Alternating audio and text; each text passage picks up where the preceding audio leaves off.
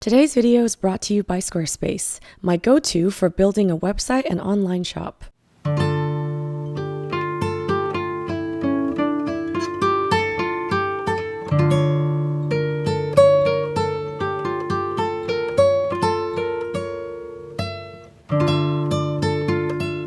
Happy Chinese New Year, everyone! Let's continue the journey of this last-minute rushed oil painting in celebration of the Year of the Snake.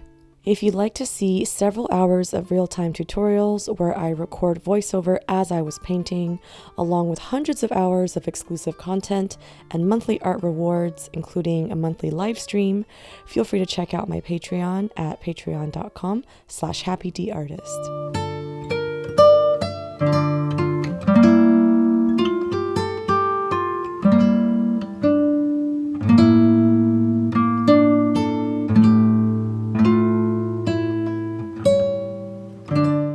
In last month's video, I did an ébauché underpainting. In this video, I'm going to start rendering the main pass, which happened about 4 days after completing the ébauché to give it time to thoroughly dry.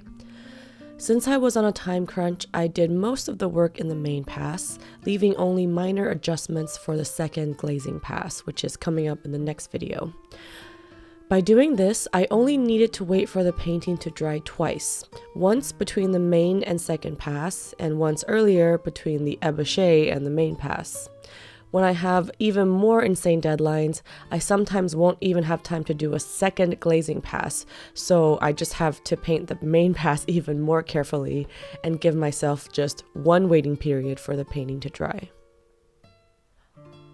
All this talk of passes is probably confusing if you haven't been listening to me ramble for too long. Basically, I separate my process into 3 phases. The first is the underpainting, which was the first part of this video series that I released last month. The second phase is where the bulk of the work is done, and that's what I like to call the main pass. Sometimes I'll call it the primary pass. Either way, it's where I render carefully with color and try to make everything look as perfect and as finished as possible, covering up the underpainting completely. The third and final phase is called the glazing pass, or the second pass, because technically it's my second main pass, because I have to wait for the main pass to thoroughly dry before I can glaze on top of it. So yeah, all these confusing names all amount to what is essentially a 3-phase painting process where I have to wait for the painting to dry twice, once between each phase, and the bulk of the work, as you see I'm doing here, is carefully done in the main pass.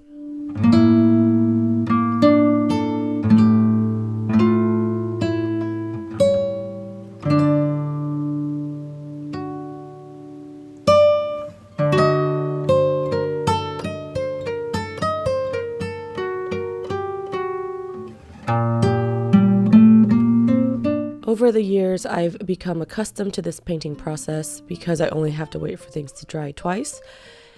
By minimizing the amount of times I have to wait for things to dry, I can maximize my efficiency and always find something on my piece to work on.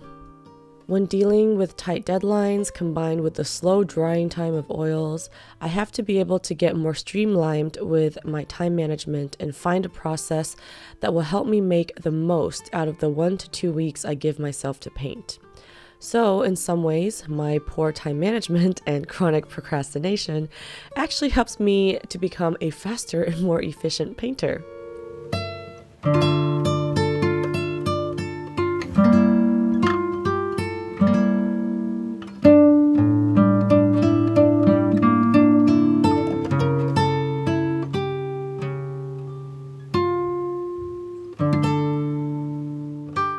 At this point of the painting, I feel like the face and hair were okay, but the snake looked really boxy and strange and not very snake-like, probably because I was looking at several reference photos rather than just sticking to one.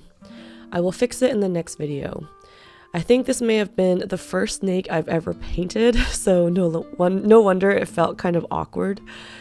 If I was a better planner, I would have taken the time weeks ago to do some snake studies to familiarize myself with the facial structure, texture of the scales, and the nuanced shape of the body.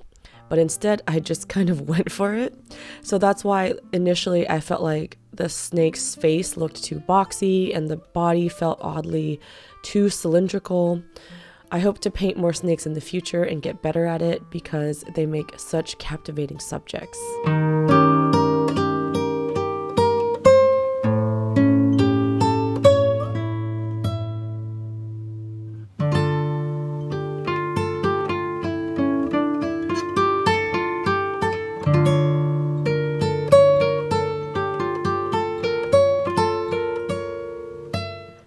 Anyway, I gotta conclude this video for now. Thank you all so much for watching. I'll have the third and final part of this video series out shortly.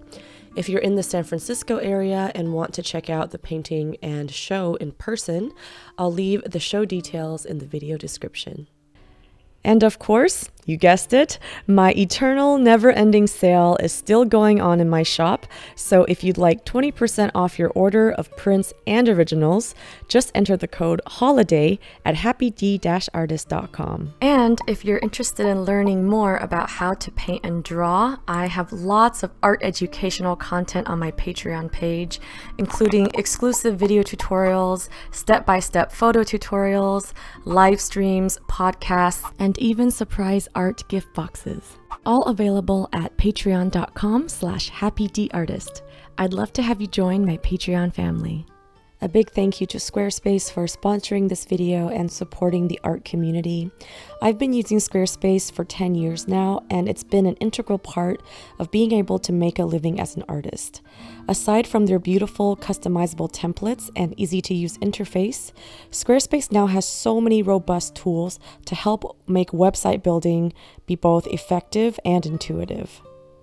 There's a new design intelligence feature that uses a combination of industry experience and cutting-edge AI to help you make a website bespoke to your brand and digital identity.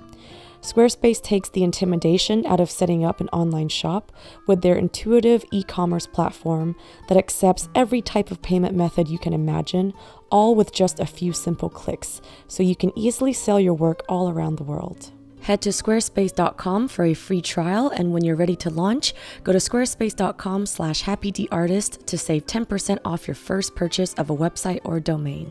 Also, if you want to check out more artworks, works in progress, and just random daily artist adventures, feel free to check out my Instagram, and you can follow me at the handle @happydartist.